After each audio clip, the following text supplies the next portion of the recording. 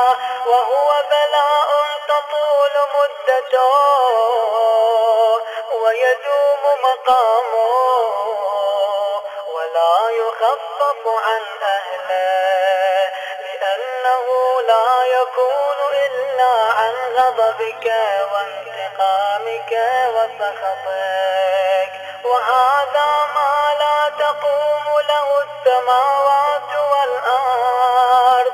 يا سيدي فكيف بي وأنا عبدك الضعيف الذليل الحقير المسكين المستكين.